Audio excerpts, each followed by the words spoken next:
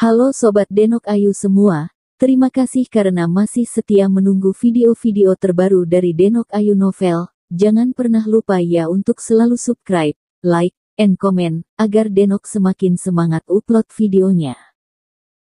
Menantu terbaik bab 775. Meskipun Lin Yu dan yang lainnya telah diinterogasi 2 kali sebelumnya, setelah mencapai gerbang markas, mereka masih dihentikan oleh seorang tentara yang memegang seekor anjing di gerbang, dan mereka memberi hormat dengan rapi dan meminta mereka untuk menunjukkannya lagi. Kredensial. Tidak perlu mencari, mereka adalah temanku. Pada saat ini, suara dingin datang, dan kemudian Han Bing, yang mengenakan pakaian tempur khusus hitam ketat dan sepatu bot kulit hitam, berjalan dengan rapi. Setelah melihat Han Bing, corak prajurit itu berubah sedikit, dan dia langsung memberi hormat, "Ya, Tuan." Berbicara tentang ini, dia segera memberi isyarat kepada penjaga di pos pemeriksaan lain, memberi isyarat kepada mereka untuk memindahkan kudanya dan memberi jalan. Sial, ada kepala perempuan, masih kepala perempuan yang begitu cantik. Anak buah Guci dan yang lainnya heboh saat melihat Han Bing, apalagi melihat sosok Han Bing yang tinggi dan proporsional, dengan seragam tempur khusus berwarna hitam, yang membuat bingkai hitam itu dan yang lain memikirkannya dan menahannya. Tidak dapat membantu menelan air liur. Han Bing sepertinya telah memperhatikan tatapan dari bingkai cermin hitam dan yang lainnya, menoleh dan menatap mereka dengan ganas. Bingkai cermin hitam dan yang lainnya tidak bisa menahan rasa takut dengan sorot mata Han Bing. Lagi pula, aura Han Bing, seorang prajurit yang lahir sampai mati.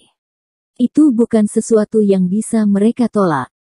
Kemudian Han Bing berjalan menuju mobil Lin Yu. Sungguh tersanjung mengganggu kepala Han untuk menyambutnya secara pribadi.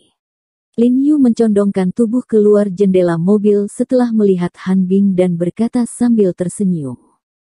"Oke, jangan berpura-pura, ikuti mobilku." Han Bing tersenyum pada Lin Yu, lalu berjalan ke samping sepeda motor Harley hitam, masuk ke dalam mobil dengan satu kaki, dan mengemudikan motor yang menderu-deru menuju gerbang base. Lin Yu dan yang lainnya segera mengikuti. Pintu gerbang pangkalan lebarnya lebih dari 10 meter dan dapat menampung banyak kendaraan sekaligus. Pagar juga setinggi 2 atau 3 lantai. Tower pengawas khusus dibangun di sudut setiap pagar. Penembak jitu dengan senapan sniper dan penjaga dengan senapan di punggung mereka sedang melihat sekeliling dengan semua wajah mereka, dan jika mereka menemukan kelainan, mereka akan menembak tanpa ragu-ragu. Segera setelah gerbang pangkalan masuk, ada kotak kecil di mana tiang bendera tinggi berdiri tegak di bawah langit biru dan awan putih. Bendera merah cerah berkibar tertiup angin dan berburu. Papan buletin di kedua sisi alun-alun ditulis dengan slogan heroik dan agung seperti, "Dekat dengan pertempuran yang sebenarnya, soroti konfrontasi, tegas dengan kesulitan, dan promosikan pelatihan dengan sains dan teknologi, ketergantungan dan darah tentara, hati seorang prajurit yang perkasa." Sekelompok tentara di alun-alun mengenakan seragam kamuflase hijau, berjalan dengan kepala tegak, sepatu bot kulit mereka berderak di tanah, dan berteriak, 1, 2, 1. Setelah melihat situasi ini, He Jinqi dan Guci Nan tidak bisa menahan perasaan gelisah. Kebanggaan dan keagungan mereka secara spontan muncul, atas kemegahan barak dan kekuatan tanah air. "Hei, jika aku mendengarkan paman keduaku, alangkah baiknya bergabung dengan tentara sebagai tentara, mungkin aku bisa menjadi perwira non-komisioner." He Jinqi tidak bisa membantu tetapi menggelengkan kepalanya dan menghela nafas, cukup menyesali bahwa dia tidak mendengarkan kata-kata paman keduanya di awal, dan dia tahu sepanjang hari bermain dengan gadis-gadis dan menyia-nyiakan masa mudanya. Sekarang dia tidak lagi ingin menjadi seorang pria, tetapi sayangnya dia tidak punya kesempatan. "Tidak, sangat tampan menjadi seorang tentara, aku hampir mendatangi tentara itu saat itu." Guci Nan tidak bisa menahan nafas. Ada gedung perkantoran bertingkat, gedung asrama, dan kantin di belakang alun-alun kecil tersebut. Han Bing membawa mereka langsung mengelilingi alun-alun kecil, berbelok ke belakang gedung kantor, dan tiba di tempat latihan utama pangkalan militer ini. Saya melihat tempat latihan yang luas sejauh yang saya bisa lihat. Perencanaannya jelas. Di sebelah barat dan timur ada deretan garasi besar. Di garasi ada kendaraan lapis baja militer besar, tank, kendaraan artileri, dan kendaraan tempur lainnya. Pada saat yang sama, ada bandara kecil di barat laut. Sebuah jet tempur baru yang luar biasa dipajang di bandara.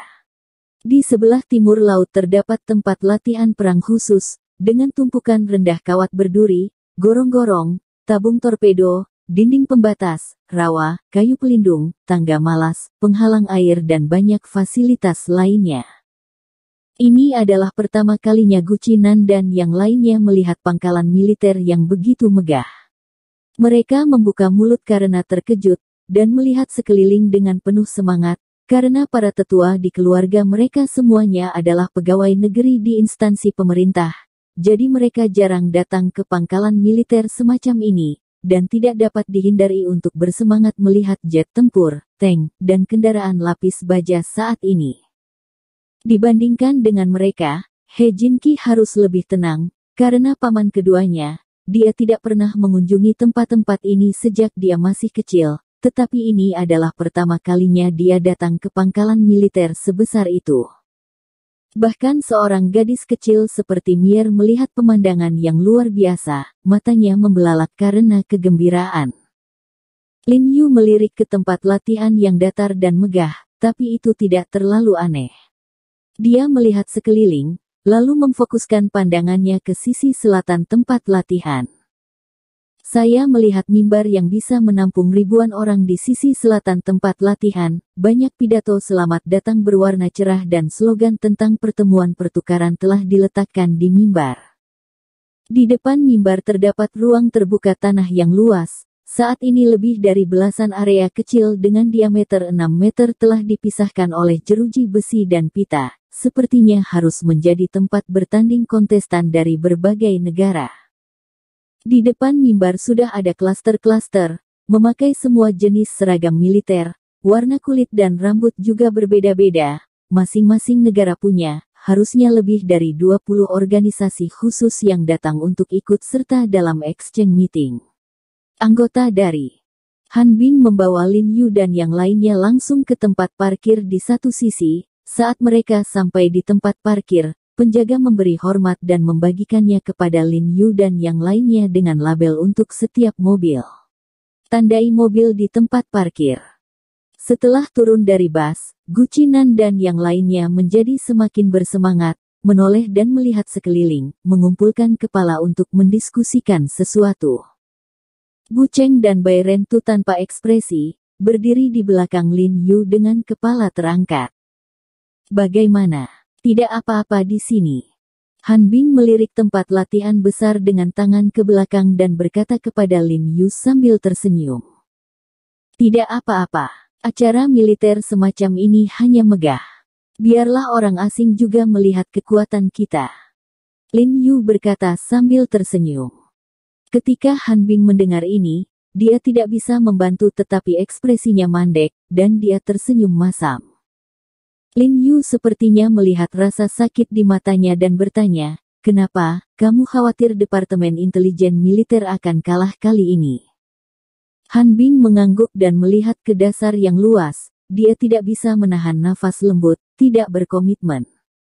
Lin Yu mengangkat alisnya, ingin mengatakan sesuatu tetapi dia ingin mengatakan sesuatu, lalu dia sepertinya memikirkan sesuatu, dan buru-buru bertanya, ngomong-ngomong, bagaimana sistem kompetisi untuk pertemuan pertukaran ini diatur? Meskipun dia mendengar ide umum sebelum datang, dia masih ingin Han Bing mengkonfirmasi dengannya. Wajah Han Bing mengecil saat mendengar ini, dan berkata, sistem kompetisi adalah menggunakan kekuatan untuk berbicara, karena pertukaran ini akan membandingkan kemampuan tempur individu dari berbagai organisasi, jadi persaingan secara alami adalah kemampuan pertempuran satu lawan satu. Setiap organisasi yang berpartisipasi 3 pemain dipilih secara internal untuk berpartisipasi dalam pertandingan. Para pemain ini akan ditandai dengan angka. Kami akan secara acak memilih setengah dari pemain untuk pengundian. Nomor yang mereka tarik adalah lawan mereka. Jika Anda menarik rekan satu tim dari negara Anda, kemudian lanjutkan menggambar lagi sampai Anda mendapatkan pemain negara lain.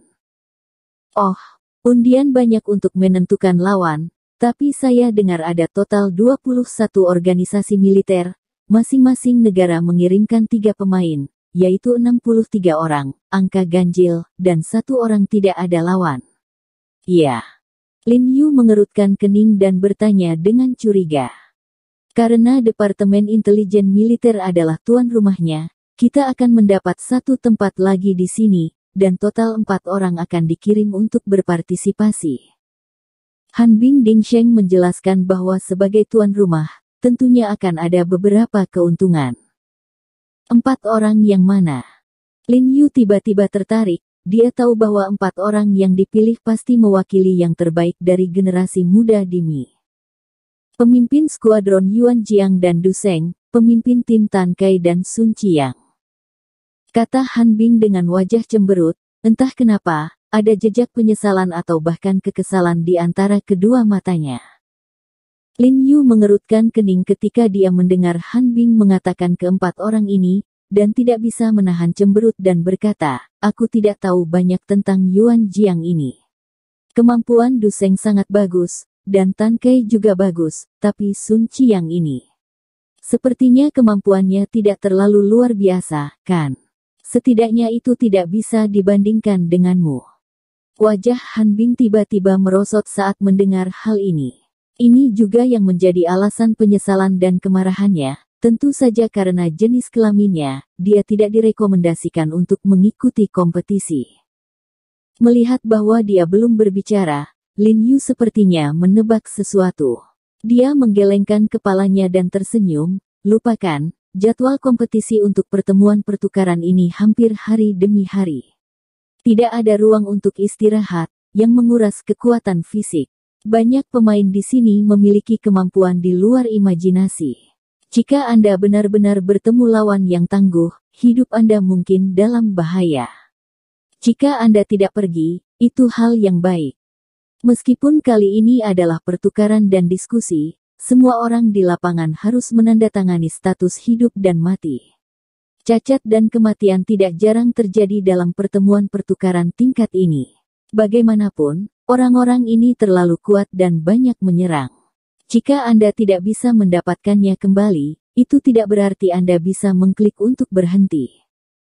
Han Bing berkata dengan wajah cemberut, dan akhirnya hanya bisa menghela nafas lembut ya, kali ini pertemuan pertukaran kuat seperti Lin, apa perbedaan antara dia baik atau tidak? Bagaimanapun, hampir mustahil bagi Departemen Mi untuk tertawa terakhir. Ngomong-ngomong, apakah Yuan Jiang dan Tan Kai adalah lawan mereka yang ditentukan? Lembaga negara mana mereka? Lin Yu bertanya dengan sangat penasaran, ingin tahu siapa lawan dari pemain negaranya.